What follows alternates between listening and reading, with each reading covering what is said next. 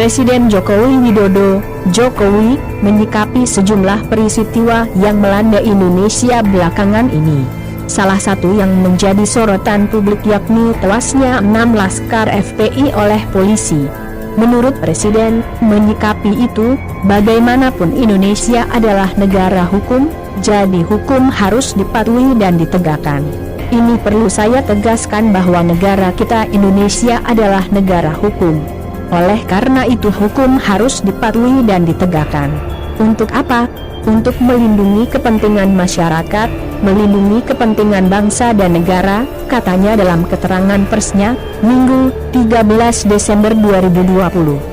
Menurutnya sudah merupakan kewajiban aparat penegak hukum untuk menegakkan hukum secara tegas dan adil.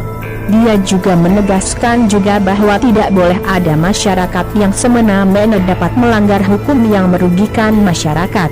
Dan ingat, aparat hukum itu dilindungi oleh hukum dalam menjalankan tugasnya. Untuk itu tidak boleh ada warga dari masyarakat yang semena-mena melanggar hukum yang merugikan masyarakat, apalagi membahayakan bangsa dan negara, ujarnya. Jokowi juga minta bahwa aparat penegak hukum tidak boleh mundur sedikit pun, namun tetap harus sesuai dengan aturan yang berlaku.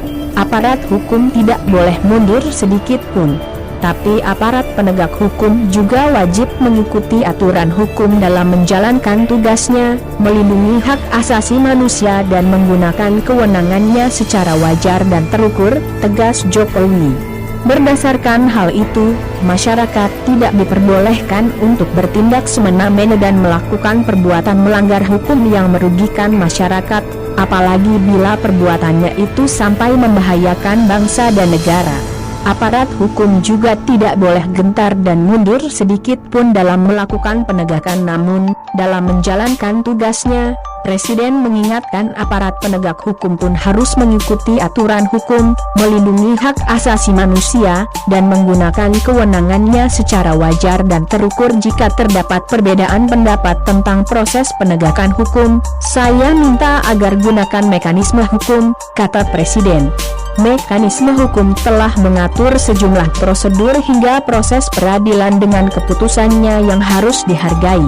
Apabila memerlukan keterlibatan lembaga independen, maka Indonesia juga memiliki Komisi Nasional Hak Asasi Manusia di mana masyarakat dapat menyampaikan pengaduannya. Terima kasih sudah klik video ini. Tapi jangan lupa guys, klik tombol subscribe karena subscribe itu gratis. Dengan subscribe kamu support channel ini terus untuk upload hampir setiap hari. Ingat, subscribe itu gratis, gak ada ruginya kamu klik tombol subscribe guys. Selamat menonton, enjoy.